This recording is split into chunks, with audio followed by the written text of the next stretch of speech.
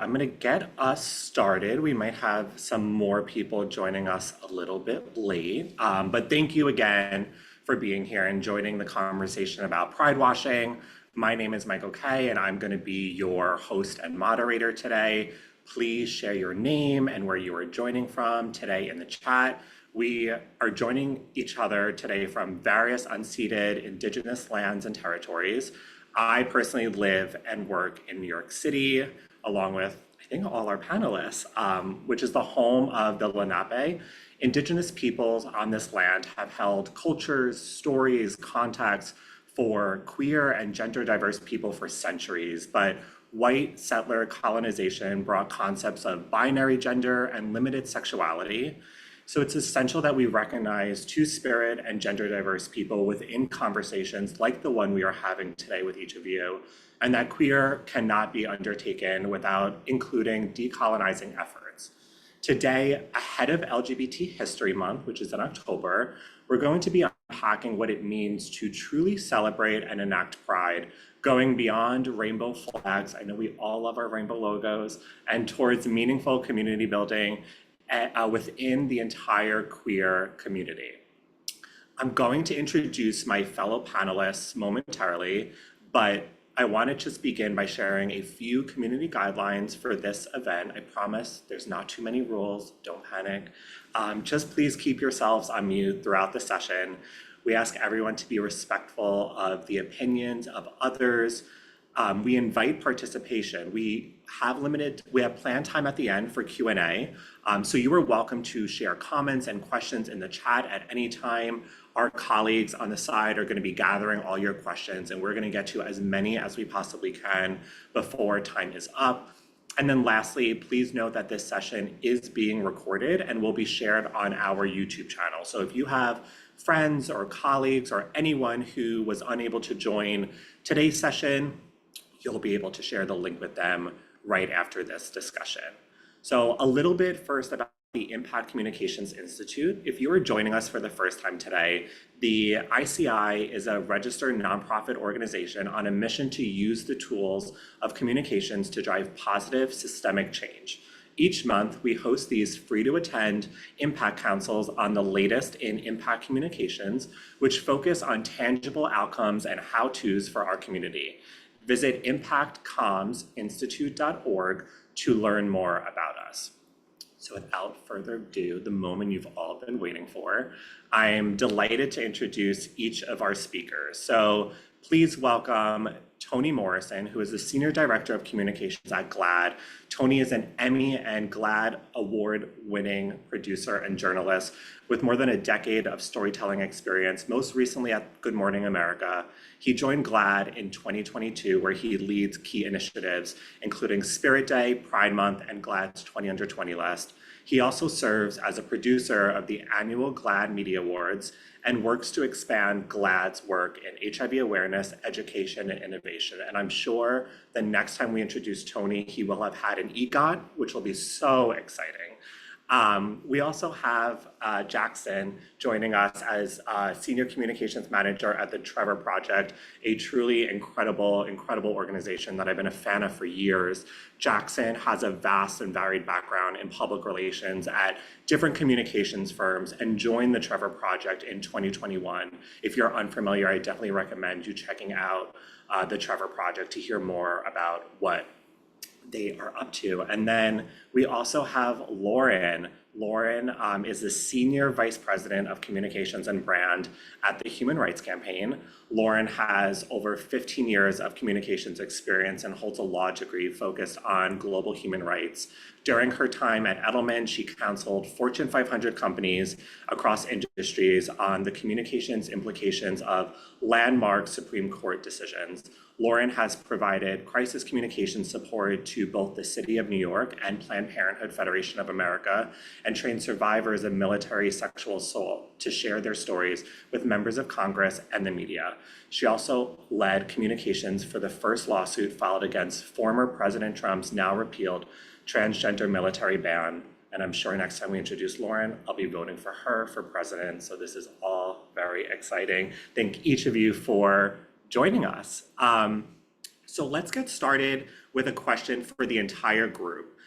So let's start by considering what pride washing is. And for those who might not have heard that term before, it's also been called rainbow washing or pink washing. So I would love to hear what this means to each of you, where you think this might stem from, and how you've seen it happen.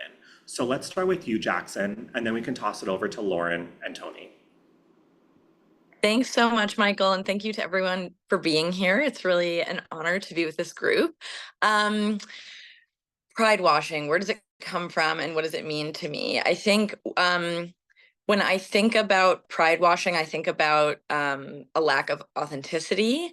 I think that it really describes a surface level display of support and allyship for LGBTQ community, the community and rights, without really the pedigree and like the skipping a lot of steps and putting the flag on top and kind of yelling that from the rooftop. I think where people get it wrong sometimes is that, you know, pride logos, pride hearts on clothing and things, that's not inherently, you know, pride washing. It's just what's beneath that. If you look further, is that organization or company providing good healthcare for the LGBTQ community? Do they provide, you know, coverage for gender affirming care? Are they providing good professional development opportunities to ensure that LGBTQ folks at the company can, you know, rise to leadership? There are a lot of other things, and I think the best, sometimes it's a little bit hidden behind the facade of, you know, what the public sees of a company. But the best way to know if a company is really walking the walk of LGBTQ plus allyship is to like ask someone who works there, and especially ask someone from their Pride ERG, and you really can get a sense of if a company is legitimate when it comes to their allyship. Final thing, we always say at Trevor, internal is external. You know, before we say anything externally, before we make a statement on anything, before we advise any of our corporate partners to make statements around LGBTQ rights or allyship, we ask the questions, or like, are you doing this internally? How, you know, if we interviewed an employee, would they agree with this statement? Would this statement feel in alignment with the messages that they hear internally from leadership? So I'll stop there. Lots more to say, but excited to hear from the rest of y'all. I think Tony might be next. I'll take that popcorn over quickly. And then I know we will get into so much of this in great detail, but for me, pride washing is literally the bare minimum, the lowest lift, the least intention. And, you know, it causes your consumers to pry about your values in a way that they should, but when they revealed no true values and meaning in your mission statement as a brand. So I think that, which we'll get into, we've come we've come a long ways, quote unquote. But I feel like what we're seeing now is a lot of intention over a lot of quality over the quantity of campaigns. And I think because of conversations like this, leaders at brands of all kinds are looking at what their values and missions mean to their workforce. And I think that's exactly, to echo Jackson, it's that internal versus external, and you can't do the work in the marketplace until you've done the work with the people who work for you. Yeah, I, of course, completely agree with both of you. And it's interesting, Jackson, that you used the word surface, because I really think that to understand pride washing from a communications and marketing perspective, I would almost think about that analysis like an iceberg. And really that the question is, what is below the surface on that? So a lot of times at the surface with pride washing, we see declarations of commitments to LGBTQ rights or equality or inclusion. And pride washing is when what's below that surface does not quite match what's above it, or what's being represented in that case by the company or consumer. So, one way that this is expressed sometimes for communicators is that you have a brand say that doesn't match your brand do, right? So you're putting something out into the world that is not congruent with what you're doing as a thing. So it's kind of to your point about employee policies, it's a mismatch between what you're saying publicly about your commitment to LGBTQ rights and equality and the policies that you have internally for your own LGBTQ employees. It could also sometimes be exaggerating your commitments within the community. So I've seen, for example, sometimes companies say, we're so deeply committed to advancing rights in our community. And what they're referencing as a proof point for that is, a donation that they made several years ago, a very small donation to an organization, right? That it is not sort of like a systemic or meaningful engagement. So that exaggeration could also be representative of pride washing. I do want to just kind of quickly say, I don't think that pride washing is always intentional.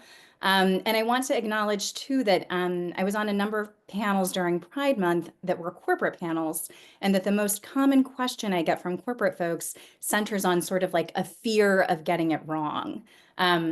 So I do want to acknowledge that sometimes folks are really trying to have good intent. I will say at the Human Rights Campaign, we always try to lead in our interactions with people assuming good intent, and that there are many instances where we may be reached out to by a company or organization asking for help navigating a situation like this, wanting to avoid what could be considered pride washing. And in situations like that, we're more than happy to have a confidential conversation to provide whatever support and resources we can to help guide you through that kind of decision-making process.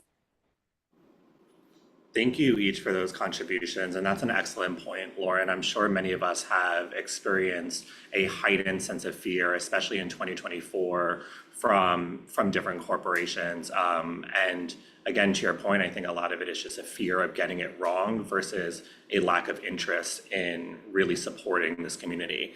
We're going to switch gear and go through a few questions specific to each of you. So first, Tony, can you tell us a little bit more about GLAAD's advertising and brand perceptions data? How can this help inform where pride washing happens and what's being done to mitigate it? There it is. Technology is still hard. I could not find the mute button for a second. Thank you, Michael. And just a quick primer on GLAAD. GLAAD is focused on queer representation in media specifically. So making sure that our community is part of the mainstream conversation across TV, film, gaming, news.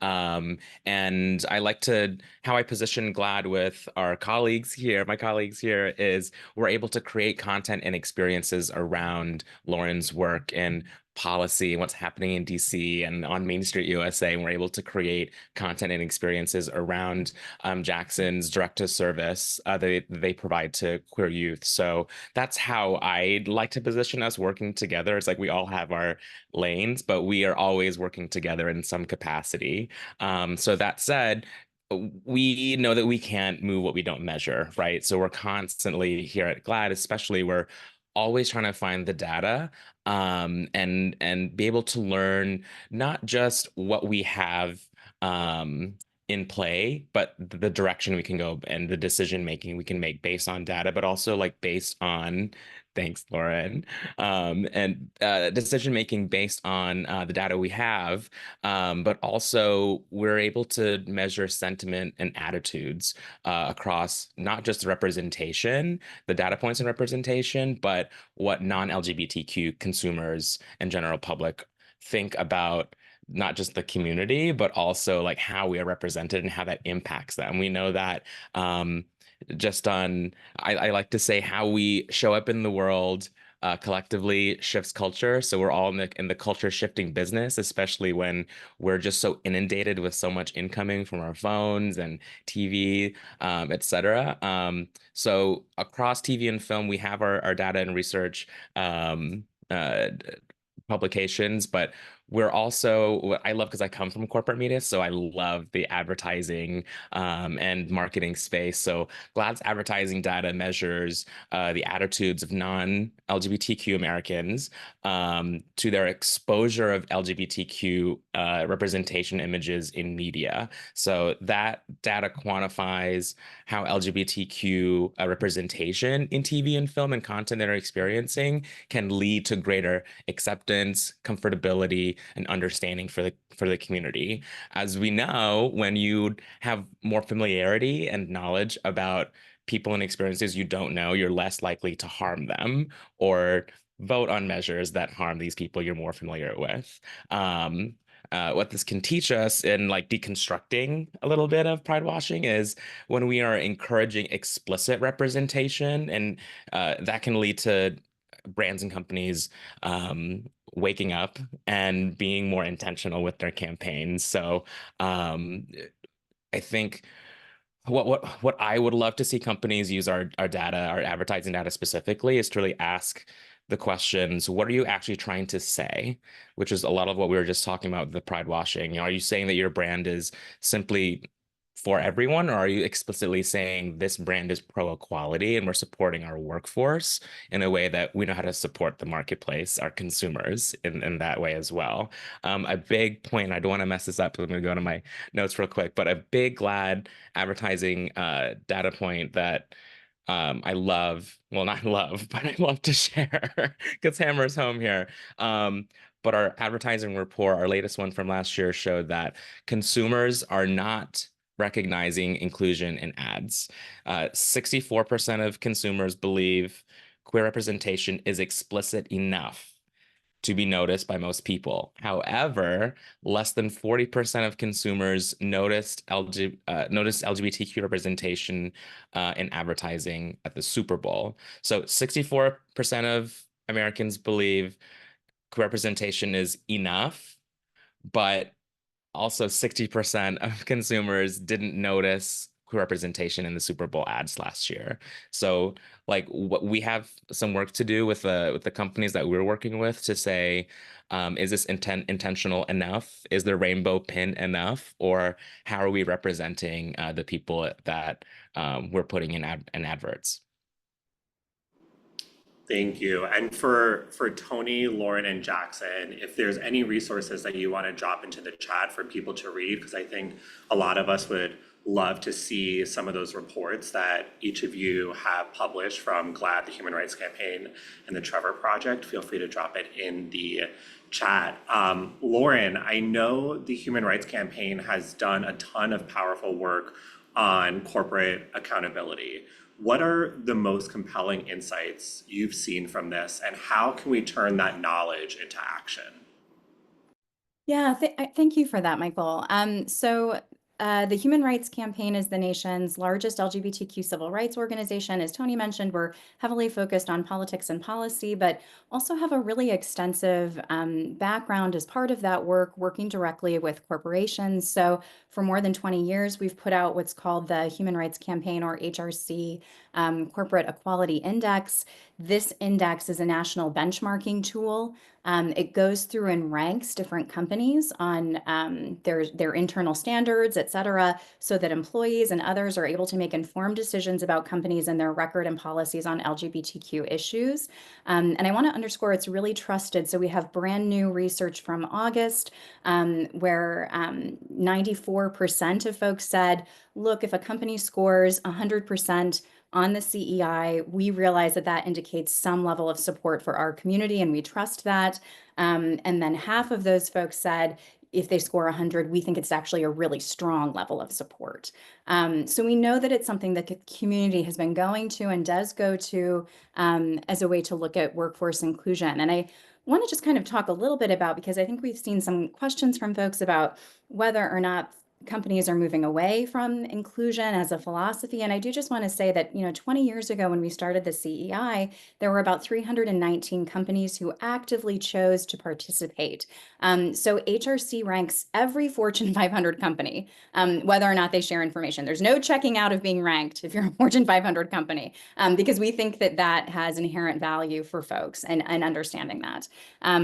But we do also work with other companies who are smaller to participate, who share data with us, and companies can willingly participate and share additional data that helps inform their score. So we've gone from working with 300 to 1,400 this coming year, and it's still increasing. So even despite that increase from our initial launch, we had a 4% increase from last year. So we are seeing companies who really recognize that standing by inclusion is good for their values, but it's also good for their business as a thing. And this has been a really time-tested case.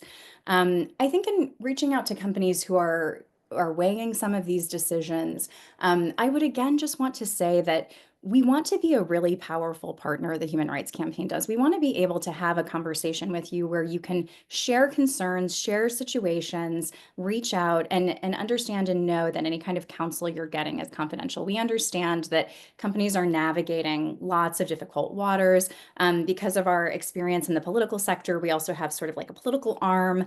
Some of whom of those folks in our organization are campaigning right now in coordination with the campaign for the election. Because of some of those inherent connections, we understand how politics can feed into how companies talk about inclusion and some of their practices. And we really want to be there as good partners to help navigate some of those waters.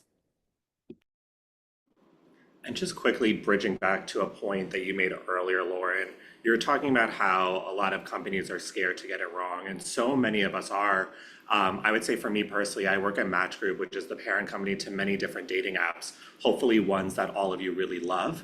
And I will say, even for queer-focused initiatives, brand campaigns, or product features, I myself have been terrified to get it wrong. But it's been really helpful to work for a company that recognizes that I cannot represent the entire queer community, and we've had incredible partners over the years. At OkCupid, we've worked with the Human Rights Campaign for years, who have been an incredible resource on a lot of the work you've seen publicly on the brand and product side. But they've also been really great partners who've stepped in prior to a brand campaign launching, for example, and saying, you know, we really understand what you're trying to say and do with this piece of creative, but maybe here's why it wouldn't work, or here's how we would change it, which has been really helpful. And then we have another app called Archer, and Tony and his team at GLAAD have been incredible partners on messaging and really being a team that we can bounce ideas off of, and just be an extension to our own company. Because again, we don't have all the answers, but I also don't think we need to have all the answers, because there's incredible people like Jackson and Tony and Lauren who are on the ground doing this incredible work. So going right to you, Jackson, the Trevor Project does essential work directly for and with queer youth. What are you hearing from these communities in terms of what they're seeking in corporate accountability and meaningful allyship? Yeah, thank you, Michael. I'll just take a page out of Tony's book and also just give a quick refresher on the Trevor Project if anyone's unfamiliar. So we are the leading suicide prevention and crisis intervention organization for LGBTQ+ young people. Our core demographic is LGBTQ youth ages 13 to 24. So in thinking about what queer young people are looking for and what we hear from them, it actually can get kind of complex sometimes, because if you think about a 13-year-old and a 24-year-old, those are pretty different stages of life. And as far as, you know, engaging with like the world around you and paying attention to corporate brand messaging, a 13 or 14-year-old might have a really different experience or like relationship than a 24-year-old. We obviously all know that young people are like more politically engaged and more up to date on news and kind of activated in a way than previous generations haven't been.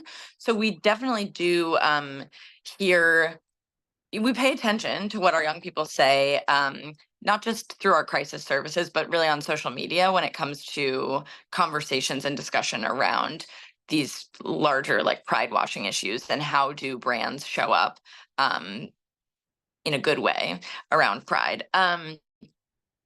I really appreciate what Lauren said. And I also just want to note, because I feel very strongly about this as well.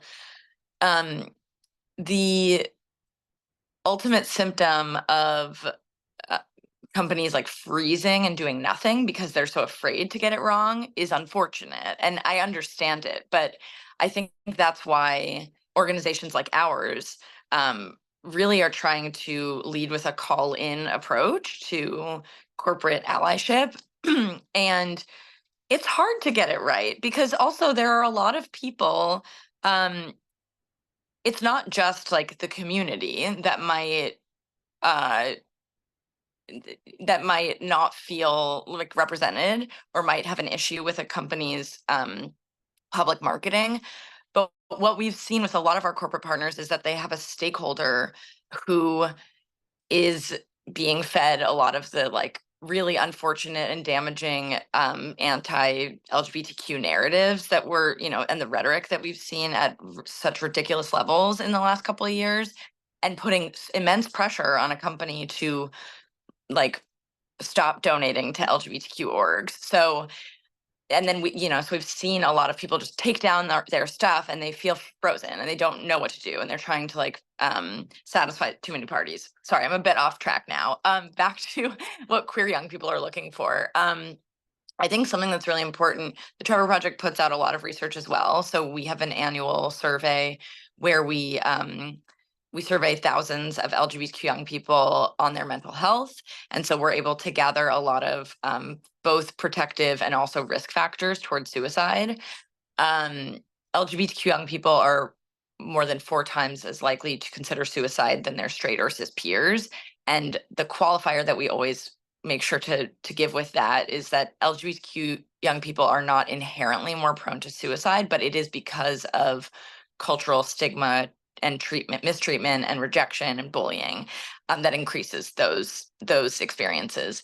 So I think, if you imagine like a young person walking into a store where maybe they are in a really unsupportive home or really unsupportive community, they feel wholly alone, and then they walk into a Macy's and they just feel like they can be themselves. It's in the ethos of the shopping experience at Macy's, from pride merchandise and flags to the way that an associate might engage with, a young person who just feels all alone. I just use that as an example because I think that it can't be underscored how important it is for what a difference it can make for a brand to like make a young person feel like they belong. And if we live in coastal cities on this call, we might not think about this that often, but the fact that a young person, a pride flag or a store associate showing up for them might be the only sign of support that they feel in their community, which is a little wild to think about. But yeah, so I think I have a lot of other thoughts, but I don't want to go on a tangent. I feel like that does it for now. If I could though jump in really quickly, I think like just that word that Jackson said about belonging, like this all just like funnels down to belonging. Does your workforce feel like they belong? Does this community feel like they belong? And how that resonates with your brand, your product, your service, that's the through line. And that's the key to success in this place this is about belonging. So I just love that you use that word because that for me was like the aha. And we can talk ad nauseum at data and movable middles and legislation, but this all comes down to belonging. Do your neighbors, your family feel like they belong? My notes say, Michael, don't cry. Don't cry during this conversation. It's recorded. Opening it back up to the entire panel, for organizations planning their accountability initiatives or their Pride campaigns. I know we just came out of Pride Month, but where LGBT History Month is around the corner, we know National Coming Out Day is shortly after. What are the essential elements to really getting it right? And if you could also speak to employee resource groups here and the important role that they play if done right, so that we're not just focused on external measures, but also what's happening internally as well. And I'll start with you, Tony. I love my ARGs. Oh my goodness. If I could entertain you just like how I started my ARG at ABC News. It was the first employee resource group for career journalists at a major network and at a network, a legacy network, of course, and at a place where we don't have an NBC out. And I still say we, as you know, I've departed for the last 2 years, but you never really retire being a journalist. My take with the ERG specifically is that they must be born out of need. It's very difficult for an executive or a leader to be like, I need a club of gays here, you know, and to tap someone. It really needs to be born out of need. And a lot of ERGs, the majority of ERGs, these are employees that are not paid to do so. It's a volunteer capacity. Um, and my experience real quick in like launching hours was there was a staffer producer who I share a desk with um for years, but like never really got to know them. And we finally had this gaggle of gays to start producing queer content and being able to show up in a room together and be like, I see you, that let's do this. But there wasn't like a formal group, and I was like, should I do this, or should we just like start meeting in secret, you know? And but what really pushed me forward is as we started becoming more visible in a newsroom, this older staffer actually came up to me and was like, hey, I was told that you're the person to talk about this, but I don't feel comfortable using any of the bathrooms in this newsroom building. And I was like, that's crazy that I've worked with this person for years, never really got to know them. And that's what they've been battling through and going through. So I'm just like, we're gonna get you a bathroom. And I marched right up to the executive team and we found that space and that opportunity to be more inclusive just by working together. So that's what I mean by ERGs must be born out of need. And obviously these staffers, these employees exist. I think giving them the tools and the ability to come together and to have those conversations about common ground and what works, how you can work together towards advancing a business strategy, because there is a middle there. And I think that a lot of executives will maybe get the idea that ERGs are like a form of unionizing against them. But I think that's the danger in thinking that your workforce is working against you. There's a way to kind of advance business strategy together. So that's my long-winded response to that. I have such a place in my heart for ERGs because it's really challenging work and intimidating work to be sometimes a low-level staffer engaging on a corporate high-level um, level in conversation and advocating for things like you have inclusive benefits, but it's not enough.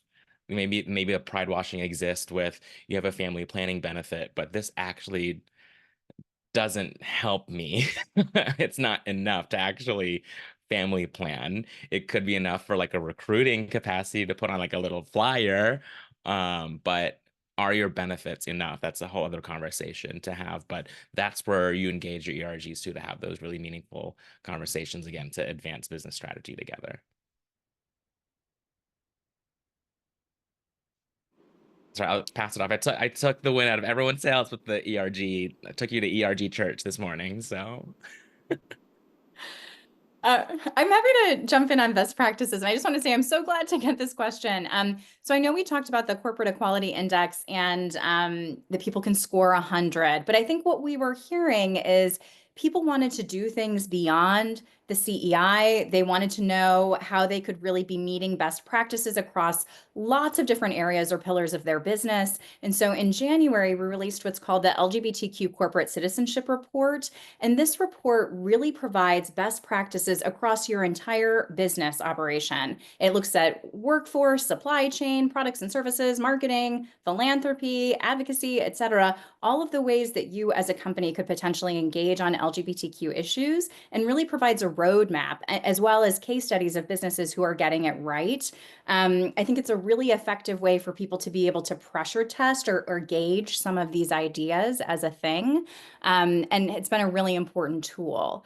I will say to Tony's ERG point, Having an ERG when I worked in the corporate space was such a lifeline in so many ways. I remember that during COVID, and sort of like that virtual space was when I really first got engaged in our ERG. And it really brought LGBTQ employees together from across the business in a way that was incredible. There was McKinsey data a couple years ago that showed that in the corporate world, less than 3% of uh, like individuals at my level in a corporation were queer or trans women. And it's such a small number. We really don't think about that as a thing, and how that community in so many ways created, I think to Tony and Jackson's point, so much of a sense of belonging. And for companies, there's so much incentive for them to do that beyond just, their values and the happiness of their employees. It made me feel like much more loyal to Edelman as a thing. I wanted to do my best work. I felt more comfortable doing my best work. I was able to show up at work differently, really having that support. And those connections were so genuine. I will say that even after leaving Edelman, there's like a hot group chat that I'm on, and we're pretty much every day sharing information back and forth with a number of folks from that ERG still, and providing that kind of support. So, there are so many reasons why there are lots of incentives for businesses to create these kinds of spaces for employees. They're so important. And I just want to follow that up with one point that I heard someone make a couple weeks ago in a conversation about DEI and inclusion, which is that DEI is not a favor. So like having an inclusive workplace is not a favor that companies are doing for women and employees of color and LGBTQ employees. It is good for their business. It has been proven to be good for their business for decades, and allows them to access top talent across the full talent pool as a thing. You're able to bring in some of these incredibly talented employees across these groups, and not just bring them in, but keep them.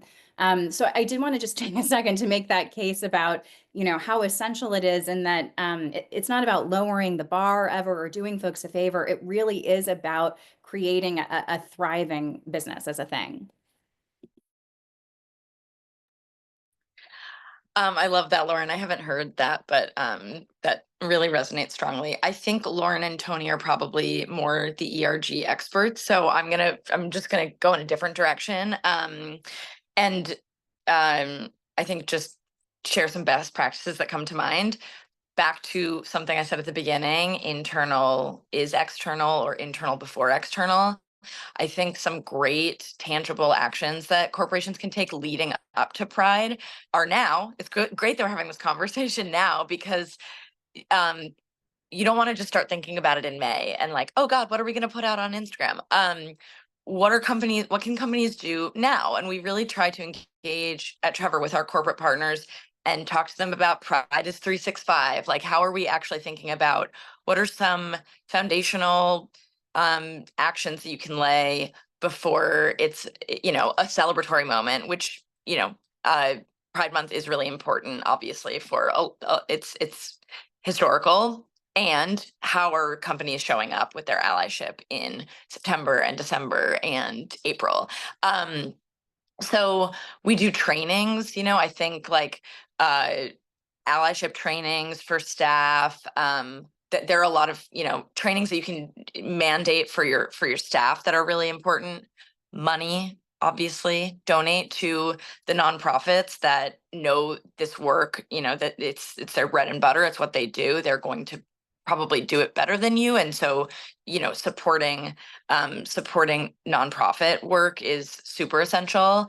And yeah, I think just getting a head start on it. And also back to Tony's point, when you do have ERGs, the openness and the intention to actually like make an impact and make changes with what that ERG is telling you, or what any of your employees are telling you.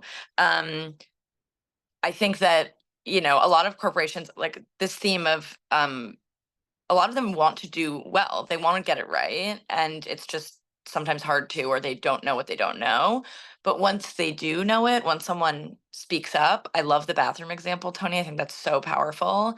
When someone speaks up, especially when they're coming from a place of lived experience, do something about it, and if you don't know immediately what to do about it, pulling back up. And so I think that is, the best leaders I've learned from do not purport to like know it all or get it right. Not any one person is going to like always get it right or always have the expertise or the resources to do all the things, but they're humble to that, and they also they like to hear feedback, they listen, they're good listeners, and then they are resourceful and they look around them and they say, okay, how do I actually like take an action on this thing, because it's really important. So anyway, I'll get off my soapbox right now, but love that question, Michael. We love your soapbox, Jackson. And I think you made a good point that all of us should really take away that money helps, and it should be budgeted into your marketing plans. Whoever is controlling those budgets, that needs to be a line item. And you can also encourage, depending on what company or what product or service you're working with, you can also drive your consumers to donate as well. So for OkCupid, what that looks like for us is using our own channels to hyperlink to our corporate partners, whether that's GLAAD or HRC or ACLU or whomever it is, and encouraging them to donate as well as us donating too. So I think that's a really good point and a great reminder. Let's say a business has created and implemented a new initiative that serves the queer community, that is tailored to us. How can they effectively communicate these allyship actions and the impact that they're having on their business? So let's start with Lauren, and then we can popcorn it to Jackson and then Tony. Well, I know I can't remember if it was Jackson or Tony who mentioned authenticity when we were talking about Pridewashing initially, but I would say in communicating any of the efforts that you're working on, really thinking about being authentic, centering the community, and who's on your teams. I mean, this is one of those moments where inclusion is important, right? Do you have teams where there are queer people on the team on projects working to target queer people? It is an incredibly important point that is often lost. I know that there was sort of like this anecdotal story from several years ago about Beyonce walking into a PR room for a pitch, and there was not one person of color in the room, and that she got up and left, right? Like, you have to think about who is in these spaces and whether to achieve some of that authenticity, you're pulling voices from across the community and from people with real lived experiences to help communicate some of those things. I think it's me now. Sorry, I'm on my phone because my computer crashed, so technology is hard. Yes, I think plus one to everything Lauren said. I also think that someone alluded to this with ERGs being volunteer opportunities. So I do think that there's a balance that you need to that companies should approach when asking an ERG for input. And I think that when talking about communicating a campaign, checking in with the ERG is a really great place to start. Like, how would this how do you think that we can communicate this authentically, and like, how would you as a consumer like to hear this? That's all great, and it should never be mandatory. You know, a lot of marginalized communities, including the LGBTQ community, feels an immense burden having to always kind of do the work and not have, you know, allies help with that kind of heavy lifting. So always making it optional. I don't know if I said mandatory before. I meant to say never mandatory. And also just understanding that there's it's not just a box you check, like, okay, let's pass by the ERG and see what they have to say, but like engaging in the conversation with them, and then, you know, being really efficient with it, and then saying, I'm going to take actions and input that you all give me in this 30-minute meeting, and I'm going to take action on it. And then if you're open to taking a final look, I would love your eyes, but, you know, no pressure. So I just think that being really self-aware about how much you're leaning, like gathering the lived experience, but also not overly relying on it, and allowing that lift to completely fall off of the other people driving the campaign. Tony?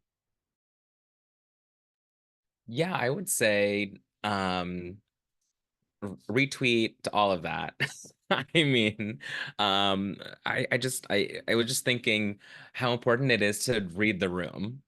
as you are also alluding to, Lauren, but as companies, we must read the room. We have to know what's happening in your community, in your state, the state and countries your business or brand are doing business in. Read the room and know the issues at hand and what's happening. And dovetailing that into how are you providing support all year round to your workforce and to the customers or for me audiences you serve and super serve. I always think back to, and Lauren, please jump in if I get any of this wrong, but I just think back to a few years ago, there was the anti-trans, I think, sports bills happening in Utah, and the governor at the time who was a conservative governor, like basically paused and got all the facts and was like, once we did the math, we're really legislating against one girl in this entire state. And that's not fair, number one, and that's not what we should be doing as communities and governments. And then vetoed the bills, but then the legislature vetoed the veto. And that to me just spoke so much about like what's happening in this country, that there's such a refute in truth and research and data. And not to over politicize the conversation, but as queer people, we're people, we're not issues. And I think that driving that home when we are creating experiences of belonging for our workforce, for the customers and audiences again that we serve is so important, to just take a moment to understand what's happening in the communities around us before we start putting rainbowed sweaters out onto the shelves. Yeah, I just want to jump in and say I could not agree with that more, Tony, as a thing. And that, right now we're seeing such a divisive political environment and political action plans and electeds who are really seeking to divide us. And that's not companies' edict, right? Companies want to build as big a tent as possible, for better or worse in some ways, right? Like they are wanting to reach as big of a community as possible. That's not their goal. And what we are seeing from all kinds of research is that people largely support freedom and equality. They're not interested in seeing companies take aim at young people in any of these ways or participate in some of these conversations. So I think that's important for us to think about as we try to navigate some of these waters as well. I have to hop in really quickly with a final point on this because the Trevor Project just released a new research study today, which I'm really excited about, which was published in Nature Human Behavior, which is a top tier scientific journal. It's a peer reviewed study. And like Tony, I love the impact and the findings, but I don't love the reality of it. This research shows that, we surveyed over 5 years, 61,000 LGBTQ and non-binary young people, and found that the increase in anti-trans legislation has a direct impact on suicide attempts, like 72%. It's really, really groundbreaking and shocking. But I think it shows, to Lauren's point, like, and this is a takeaway for corporations and corporate allyship. Don't be bullied by the vocal minority in this country that is like trying to make this such a hot button lightning rod issue, when really the majority of Americans support LGBTQ young people, support LGBTQ folks, period, want fair opportunities and equality. And I think that this research just shows how grave the consequences are. This is in politics, it's rhetoric. For people, especially for young people who are so vulnerable and just and delicate and like fragile, the consequences are huge. It's the Trevor Project, so we talk about suicide a lot, but it's really life or death. So I think that's a really important reminder. And all this research and data these are all really great proof points to make a case for more allyship, more funding for organizations like ours. And the proof is in the data. So Thank you for that. And I'm gonna ask one final question to the entire group before we move on to audience questions, but I would love to hear from each of you on top priorities or emerging issues that are essential in ensuring future initiatives make real progress for the communities they are meant to serve, whether that's the queer community or not. What do we need to do to meet this moment? Let's start with Tony, then we'll go to Lauren and Jackson. I'm just like playing games with the three. What a loaded question, Michael, here at the very end. Um, Gosh, I think it's just a wrap of everything that we spoke on. It's just like I'm just pointing myself back to the idea of like, are you creating a culture of belonging? There's a way to do it where, well, creating a culture of belonging is good for the bottom line, period. It's not a matter of if, and it's really analyzing, taking stock in your company's values and I guess your own values as well. To ask yourself, are you showing up and are you showing up in the right ways that do make impact for your brand's mission? But again, like for the people who are working for you, I think starting there is key. And then I just like to think that everything else will fall into place, and maintaining those values when things get tough is the key here. We see a lot of companies, well, actually not a lot of companies. We have very visible companies rolling back in their DEI or abandoning the community. And yes, a handful. And the data speaks for itself that we're not talking about the hundreds or thousands of brands who are standing with the community. It's just this handful that's very visible and very buzzy. As a news producer, it's very buzzy soundbite. These are household names. It's it's like what Jackson was just saying, like not liking the realities, and I liken it to like when I was a news producer of just being like, oh my gosh, this great car crash video, awful, terrible, but great for TV. Anyway, a tangent here, but I think just keys to the future is maintaining and not abandoning the community and not abandoning your own values and your workforce.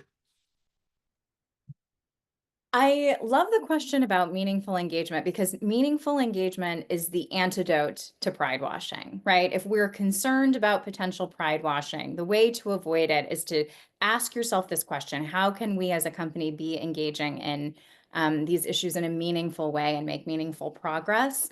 Some of what I thought was most successful when I was in the private sector was public-private partnerships or partnerships with NGOs and subject matter experts.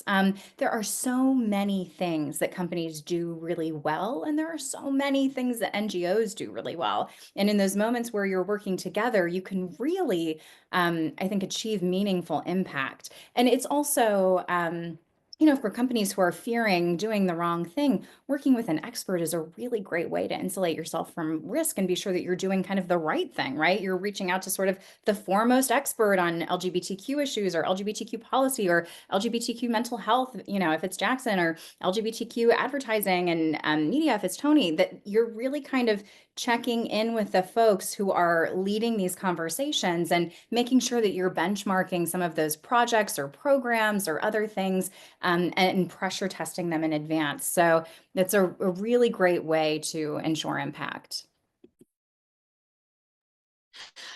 I can't top Tony or Lauren, so I'm just gonna I'll wrap it up with a couple of analogies because I loved Lauren's iceberg analogy at the beginning. I think I might get this expression wrong, but I heard it recently. The best day to plant a tree was 10 years ago. The second best day is today. And I think that that's a really like welcoming way to think about a lot of things in life, including corporate allyship, meaningful engagement, all of that. Sure, maybe ideally it happened before, but today's a great day to start and to take a different approach.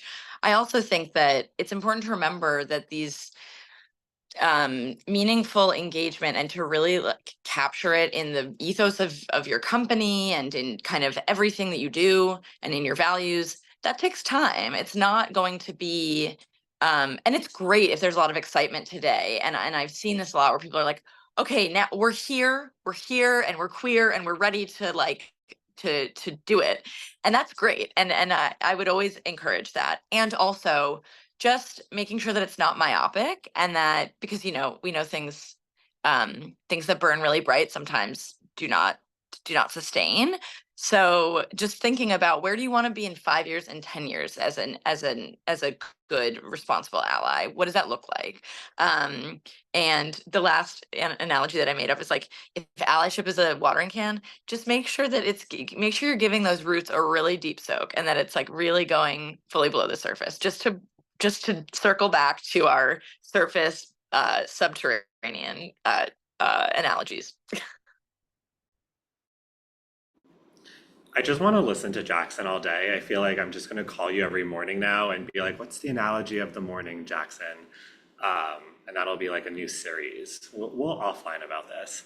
I want to ask one of the questions we received from Susan in the audience, she, they pronouns. Susan asked, our employees feel comfortable sharing their pronouns and racial identities, but our board does not. Our board is not helping. How do I get them to understand why their willingness to identify themselves authentically matters? And I'll toss it over to whoever wants to tackle this first. Yeah, I'm happy to jump in on that. So it's such a timely question because we are approaching on October 11th, National Coming Out Day. It's a day that HRC actually helped found years and years ago, but the whole point of that day is about centering visibility and representation and the importance of that. I do want to say, as part of that, that it is a nuanced conversation, and we would never urge anyone to come out or to identify themselves if they did not feel comfortable doing so. We don't know what individuals are facing in their own lives or what challenges they may be facing, sometimes often cultural complexities that can complicate folks coming out from a safety perspective as well. So there's never a moment where we are pushing people to be visible.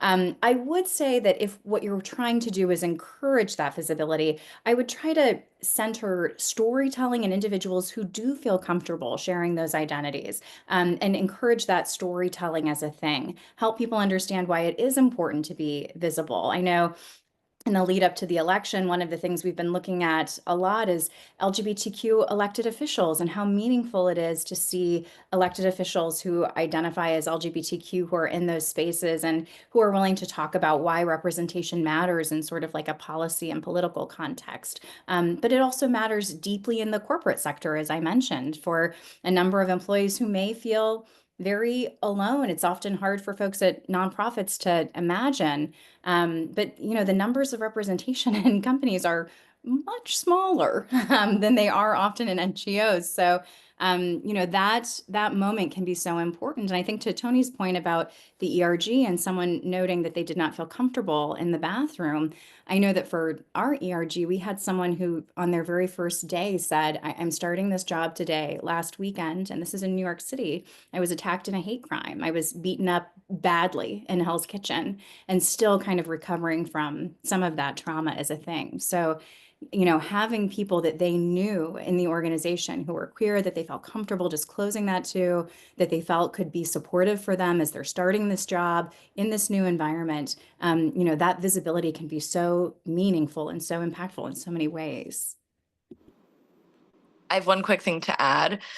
I think pronouns are a good example of a conversation that on an individual level, I think a lot of people have been afraid of getting it wrong with pronouns. And so they've kind of just like frozen, and they have decided that they don't understand it, or maybe that they don't agree with pronouns, which means that they're probably just not really educated about the conversation, or what self-expression and what pronouns are and gender identity. So there's a lot of good literature out there that explains like why showing up with pronouns creates a safe space of belonging, the word of the day, belonging for everybody. I've had this conversation with a lot of individuals in my life, even my mom, who's not, she's very well intentioned and a huge ally. And she's like, but why would I put my pronouns? Like everyone knows. And I had to just kind of sit and explain, because I think it feels uncomfortable to some people, especially, there's generational trends and things like that. So a lot of good literature that you could probably share with the board to say, here's why it's actually extra important, even if you don't see the point in it. One quick thing to add, and then I know we're at time, but there's still one more question. So for anyone who can stay, feel free to stay. Anyone who has to hop, please hop. But just wanted to build off Jackson. When I joined OkCupid in 2019, I quickly found out that we were the first dating app to introduce pronouns on the profile for queer people. And my first summer was summer 2020, and I asked the product team, can we do this for straight people? Can we open up this feature? Because they would really help normalize the use of pronouns for everyone. And we did. And the use of pronouns skyrocketed on our app. And now there's millions of people who are sharing it. And a lot of straight people, and again, this is completely voluntary. This was not a required feature at all. But people were really excited. Straight people were really excited to share their pronouns. And it made it, I think, a more welcoming and safe space for everyone on the app, regardless of how they identify. I'm going so quickly, but Charlie has a great question that I wanted to get to. Charlie Quinn uses he, him pronouns, and Charlie said, I work at a global marketing communications agency, and I'm the leader founder of our CSR, ESG, and DE&I work. Unfortunately, he couldn't come up with a fourth acronym, so it's just those three. This job is incredibly rewarding, but can sometimes be overwhelming, especially with everything happening in the world and when I'm seen as the know-all expert on every single topic in the diversity and cultural space. Knowing how each of you do incredible yet difficult work, are there any specific things you do to help deal with that? And I'll toss it over to you, Tony, first. Yeah, I think number one, it's what I alluded to earlier. It's very taxing work. It's very personal. You're technically working for free in a lot of it as well, and lots of writing at night with a glass of wine. Been there, still there sometimes. But I think number one is recognizing others you can tap in this space to help you. Maybe they've wanted to raise their hands, or they've not really been forthcoming, or maybe Charlie, you could be a little bit it's challenging for you to delegate, because it's so personal, it's so yours, right? I think being able to bring yourself back into your own reality and recenter yourself and be able to say, like, I do need help on this, and give specific tasks to specific people will help you incredibly. And while I'm looking at it, I just had to take a walk yesterday. I have a box of Krispy Kreme right here. I was like, I need to get out of this apartment. I need to treat myself thing. Yesterday was a day. Like, take breaks for yourself, even if it's just like grabbing a 3-pack and eating all 3 donuts in 10 minutes. You have to continue doing something for yourself. Otherwise, you'll burn out. And as we all know on this call, you can't pour into other people when you're empty. So what is that space for yourself where you're able to fill yourself up and recharge? I think those are some important keys there as to what are the ways that you can recharge and maintain being in that space. But also on the other side of just like being the encyclopedia for everything, a lot of times when you are the only person, I get this a lot when I'm working with journalists in small markets where they're the only out journalist in that newsroom. They are that single person that represents trans, queer, non-binary people.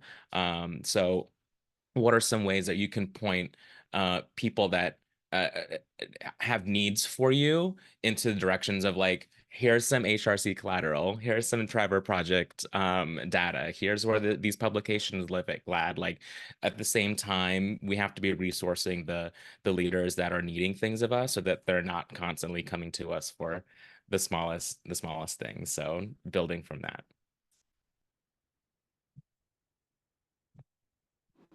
I think that's such a good point, and I love the walk piece. I will say I saw such an interesting question that someone posed the other day on LinkedIn, which is that they asked, are you doing enough to figure out how to rest when you're tired instead of quit? And I thought that was so meaningful. And it's a question that's kind of an extension of, I don't know if folks have read recently, The Myth of Making It. It's something from the former editor of Teen Vogue, who stepped down, and she talks a lot about systemic complications to being in sort of high-powered jobs and the demands of these jobs and how difficult that can be on you personally. It's absolutely incredible and really deals a lot as well with structural inequality. And definitely for anyone in the corporate space, I think would really resonate and be a great read. I think those things are really helpful. I also think Jackson's point earlier about no leader knows everything is so spot on and resonant, right? That it's okay to say that you make mistakes sometimes, and in doing so, you really create kind of an open pathway for others to admit that they've done the same thing. It can create, I think, a much softer landing pad to talk about microaggressions in real time.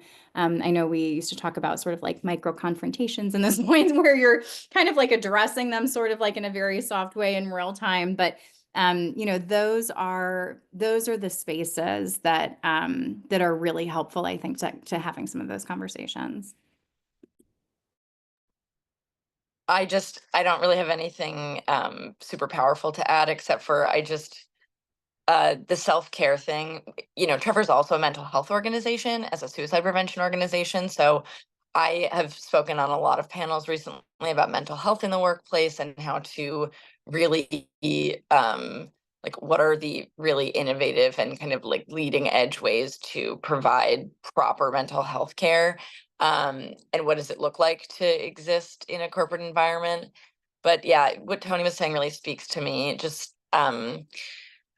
like let yourself, I don't know, I think there's a lot of self-care can look different for everyone. I will say that it does not need to be get out and take a 10-minute walk.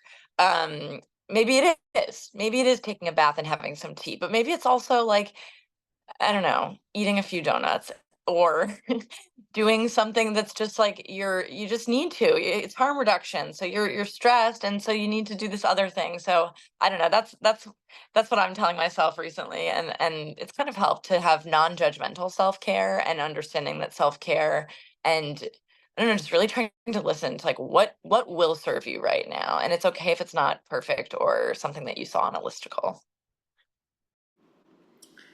I know we are way over, so thank you all for joining us today and staying on. Lauren, Jackson, and Tony and I have to go grab a donut, but for each of you, check out impactcommsinstitute.org for upcoming events. There's a ton of really incredible programming that this organization puts on. That's how I was originally introduced to the ICI years ago.